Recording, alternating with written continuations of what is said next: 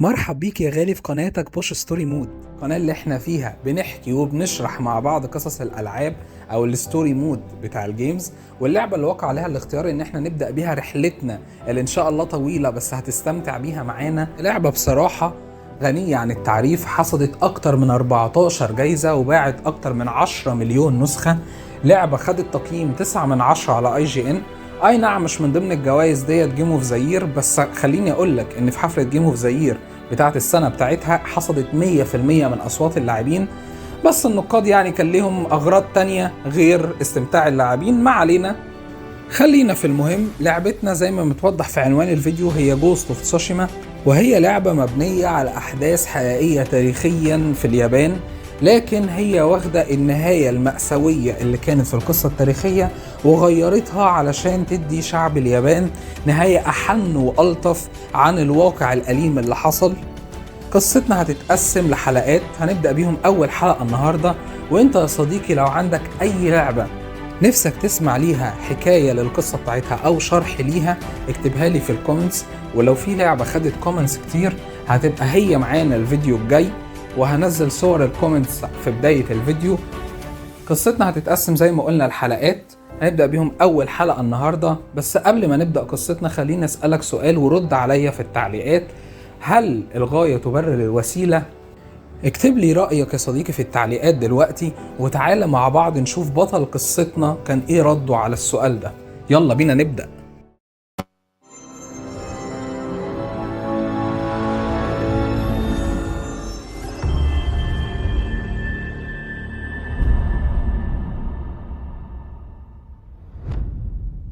ونبدأ أول حاجة بفيديو النهاردة إن إحنا نتكلم عن بطل قصتنا ومحور الأحداث دي كلها، وهو جين ساكاي.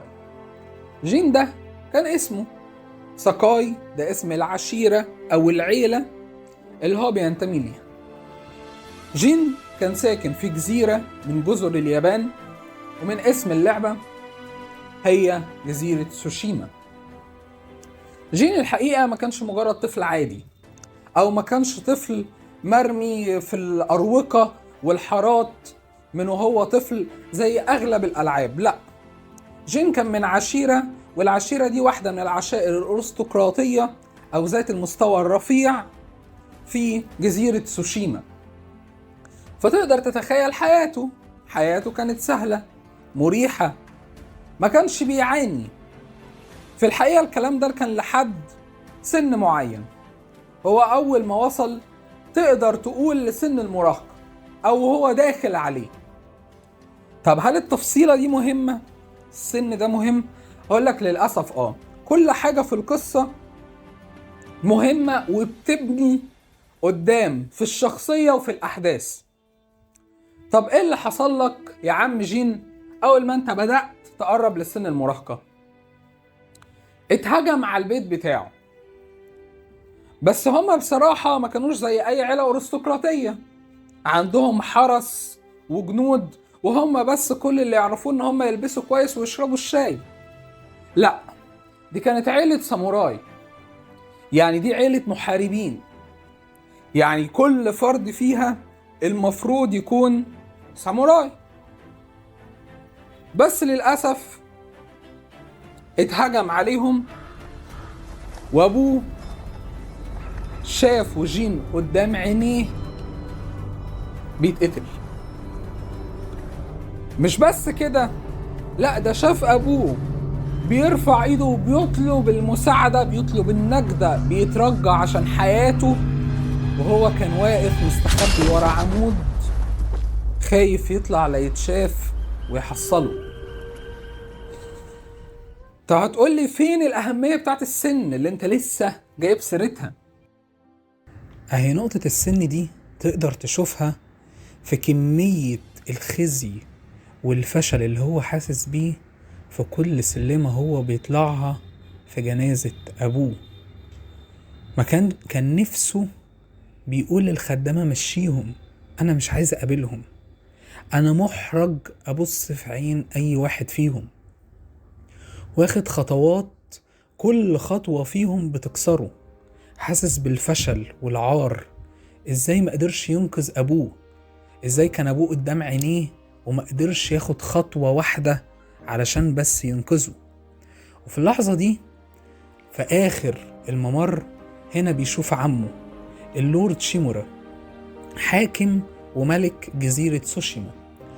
بيبصله وبيقوله أنا فشلت، أنا عجزت إن أنا أحمي أبويا، أنا كنت واقف مستخبي وأنا شايفه العدو بيخلص عليه، أنا إزاي أستاهل أعيش بعد اليوم ده؟ فعمه بيقوله أبوك مات بشرف، مات موتة المحاربين، ارفع راسك، انت ما قصرتش.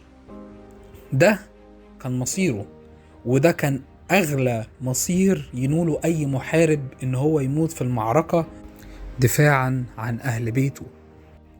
وهنا شايفين اللورد شيمورا باصص لجين نظرة كلها عطف، نظرة كلها إحساس وإدراك باللي جين بيمر بيه، بكمية الخوف وكمية العجز اللي هو حاسس بيها ومشفق عليه. وهنا بيبدأ يطمنه ويقول له ارفع راسك، انت محارب، ارفع راسك، وكمان انت مش لوحدك، انت من النهاردة مش هترجع على بيتك الفاضي، مش هترجع تقعد لوحدك واسيبك لأفكارك تنهش فيك، انت هترجع معايا لبيتي، انا هتبناك، انا هشرف على تعليمك وتربيتك، انت من النهاردة ابني. وفعلا جين يرجع مع اللورد شيمورا على بيته في اليوم ده، ومن اليوم ده يكون زي ابن حرفيا للورد شيمورا، مسؤول منه أكل وشرب وتدريب وتربيته وكل حاجة. اللورد شيمورا واخد باله منها إن اللورد شيمورا نفسه كان طاير من الفرحة، إن اللورد شيمورا ربنا ما كانش رزقه بأي طفل، فكان جين حرفيا في مقام ابنه، ما أهملش في أي حاجة كان جين يحتاجها أو حتى ما يحتاجهاش. وبعد كده أهم جانب ابتدى يعلمه ازاي يكون ساموراي، إن هو الفرد الأخير من عشيرة ساكاي وحامل اسم العشيرة، فلازم كمان يحمل الشغلانة واللي هو ساموراي. وبنشوف اللورد شيمورا أول حاجة بيعلمها له وهي مبادئ الساموراي. الأهم من إن أنت تمسك السلاح وتقاتل هو إيه مبادئك وإنت بتعمل كده، ويبدأ يسمعهم لجين واحدة واحدة، وهم الولاء للملك، السيطرة على المشاعر، وأهمهم الشرف. طب إيه هو الشرف بتاع الساموراي؟ ابتدى اللورد شيمورا يسأل جين في وجهة نظرك إيه؟ راح قال له بالنسبة لي إن أنا أحمي أي حد ما يقدرش يدافع عن نفسه، واللي هم الجزيرة كلها، إن الساموراي واللي بيتعلموا القتال هم الطبقة المرموقة، فأنا مطالب مني إن أنا أحمي كل ده، هو ده شرفي. فاللورد شيمورا انبسط من رد جين، بس اللورد شيمورا مفهومه عن الشرف كان مختلف حبتين. كان بالنسبة له الشرف ده طريقة القتال وطريقة مواجهة الخصوم، مش مجرد الدفاع، لا هو انت هتدافع ازاي حتى لو دافعت عن حد، بس مش بطريقة فيها شرف المقاتل، ان انت تواجه خصمك وش لوش ما تقتلوش خلسة ولا بختة، يبقى انت ما عندكش شرف وما تستاهلش لقب ساموراي. واخيرا يبدأ اللورد شيمورا يعلم جين الناحية العملية من الحوار، ازاي يمسك السيف، ازاي يهاجم، ازاي يدافع، ازاي يحمي نفسه، والاهم يحمي الناس اللي بيحبهم عشان ما يحصلش زي ما حصل قبل كده. وكبر جين ووصل لسن الشباب، وكل حياته كانت على المنحنى ده لحد ما يجي اليوم المشؤوم، اليوم اللي ظهرت فيه على شواطئ تسوشيما سفن المغول. المغول كلنا أكيد سمعنا عنهم في الدراسات وفي التاريخ، إن هم شعب وجيوش كانوا بيحتلوا الغرض الاحتلال، مش عشان عندهم نقص ولا جوع في بلادهم، لكن هم عايزين يحتلوا ويسيطروا على أكبر جزء من الأرض يقدروا عليه. وقعت عينيهم على اليابان، وللأسف كان أول جزيرة في طريقهم لليابان هي تسوشيما.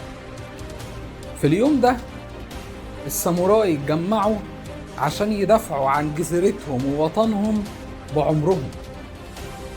بس اليوم ده الساموراي واجه كارثتين. أول كارثة فيهم وهي فرق العدد، إن هم كانوا مجرد 80 ساموراي قصاد جيش من المغول يتعد بالآلاف. إن زي ما اتفقنا الساموراي بيتم اختيارهم من العائلات ذات المستوى الرفيع، وبالطبيعة دول عددهم قليل. بس هنا الساموراي كانوا مستعدين يضحوا بعمرهم علشان بس يضعفوا جيش المغول ولو شوية، ويدوا أمل وفرصة إن المينلاند أو الشوجون اللي هو حاكم اليابان يقدر يبعت قوات وتخلص على اللي فاضل، ويكونوا ساعدوا بلادهم وحموا جزيرتهم ووطنهم على قد ما يقدروا. وفعلا اللورد شيمورا يؤمر حد من الساموراي اللي معاه ويقول له روح اطلب انك تواجه اقوى مقاتل عندهم، علشان وقت ما تغلبوا يحسوا بفرق القوة بيننا وبينهم فيرتبكوا، صفوفهم تتهز والخوف يخش جواهم. وده ممكن يدينا حتى لو فرصة بسيطة ان احنا نخلص على اكبر عدد منهم نقدر عليه. احنا ما بنطمحش ان احنا نعيش، بس حتى ندي فرصة اللي بعدنا. في اللحظة دي بتشوف اللورد أداشي بيتحرك، وبتشوف المنظر المرعب اللي الساموراي شايفينه، كمية السفن وكمية الجيش وفرق العدد اللي هم بيواجهوه. لكن اللورد أداشي ولا اتهز، اتحرك بمنتهى الهدوء، وقف وسطهم وطلب أحسن مقاتل يطلع له. واللي طلع له ساعتها كان يمكن أفضل مما هو تخيل. مش بس طلع له أفضل مقاتل، ده كمان طلع له الجنرال ورئيس الجيش ده كله. هتقولي طب لا ليه أفضل مما هو متخيل؟ علشان دلوقتي مش بس لو خلص عليه هيثبت فرق القوة ويخافوا، لا كمان هيبقى موت الجنرال بتاعهم، فكل الصفوف هيتغلغل فيها الفوضى والارتباك، وده يعلي فرصهم اكتر مش في النجاة بس ان هم يدمروا على قد ما يقدروا في جيش المغول. وفعلا يطلع كوتون كان، وده كان الجنرال، بمنتهى اللامبالاة والدونية وعدم الاكتراث للمين اللي قدامه، وهو ماسك كاس خمر في ايده، بيبص للورد أداشي اللي حاطط حياته على سيفه مستعد يضحي بيها، ويقوم رامي الخمر في وشه. مش بس كده من الإهانة، لا ده كمان يطلب من واحد من جنوده ان هو يديله مشعل ويرميه على اللورد أداشي، وبالطبيعة الكحول اللي في الخمر يمسك النار في اللورد أداشي، وما يكتفيش ان هو يسيبه ويتحرق، لا ده ياخد سلاحه ويفصل راسه. وهنا بنشوف تاني كارثة بيقابلها الساموراي. الساموراي مش بس عددهم قليل، لا دول كمان بيواجهوا بشرف، بيواجهوا وش الوش قتال عادل، لكن اللي قدامهم بيعمل اي حاجة. يعني هم متفوقين عليه في العدد، متفوق عليه في كل حاجة، ومع كده لجأ لحيلة رخيصة عشان يخلص عليه. وده يثبت لهم ان كمان مع عددهم القليل اللي قدامهم مستعد يعمل اي حاجة عشان يخلص عليهم. وقام كوتون كان بكل جبروت بص لهم وقال لهم هتستسلموا؟ وهنا اللورد شيمورا اتعصب جدا من المنظر اللي شافه، من قلة الشرف، من الدونية والحقارة اللي بيبص بيها عليهم، وراح قال لا رحمة، ما تخلوش في رحمة في قلوبكم ناحيتهم. وفعلا قوى الساموراي تبدأ تتحرك علشان تحفر قبرها بإيديها. في سبيل بس ان هم يدوا فرصة ولو 1% لوطنهم ان هو يعيش، او ان هم يضعفوا الجيش المغولي ده ويبقى عند بلدهم فرصة. وهنا تبدأ المعركة وتبدأ تتحرك بجين، بس انت شايف بعينيك مش مجرد فرق العدد، ده كمان فرق القوة. الساموراي كل اللي بيستعملوه أسهم مشتعلة، ما بين المغول بيستعملوا مدافع وقاذفات مشتعلة بتشيل الأرض باللي عليها. وتشوف بعينك من هيبة الانفجار الحصان وقع بجين وبقى جين تحته عاجز ان هو يتحرك، محشور وسط ارض معركة مليانة الاف المغول. وفعلا حد من المغول يشوفه وبقى مجرد فريسة سهلة، يحاول يمد ايده يلحق سيفه عشان بس يحاول يدافع عن نفسه، مع ان في الوضع اللي هو فيه مستحيل. ولكن عمه اللورد شيمورا يلحقه ويقومه، ويبدأوا هما الاتنين يتحركوا جنب بجنب علشان يحاولوا يحرروا وطنهم. وفي اللحظة دي يشوفوا كوتون كان واقف على حصانه، وحسوا ان خلاص دي فرصتهم، دي الفرصة اللي يقدروا فيها على الأقل ينتقموا للورد أداشي. بس شرفهم ومبادئهم بتظهر. كوتون كان ما كانش شايفهم، لو كانوا تسللوا وتحركوا بهدوء كان ممكن ياخدوه خطف، لكن قاموا علوا بصوتهم وزعقوا بأقصى طاقة عندهم عشان يبقوا بيحافظوا على مبادئهم، يبقوا بيواجهوا عدوهم وش الوش. ولكن قبل ما يوصلوا تيجي قذيفة من المدافع تنهي التحرك بتاعهم. ولو انت متخيل نهاية غير اللي انا فرشتها لك، فانت تبقى عايش في عالم من الخيال زيك زي الساموراي بالظبط. وفعلا الساموراي يبادوا عن بقرة أبيهم، ما يفضلش منهم حد. وبنشوف جين قدامنا مصاب في ظهره بسهم وبيحاول يزك لسيفه، بس قبل ما يوصل له يجي السهم التاني ويفقد وعيه. وبكده تنتهي المعركة بتاعة شاطئ كومودا بهزيمة ساحقة للساموراي تم فيها إبادتهم جميعا.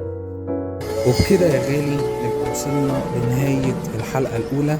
لو عجبك الفيديو ولسه بتتفرج لحد دلوقتي، ممكن تسيب لي لايك واشتراك في القناة عشان تتابعنا أول بأول. ولو في أي لعبة نفسك تشوفها جديدة أو قديمة تشوف القصة بتاعتها زي Expedition 33 God of War، اكتب لي تحت في التعليقات ووعدك إن شاء الله هننزل لها حلقاتها. مع السلامة يا غالي.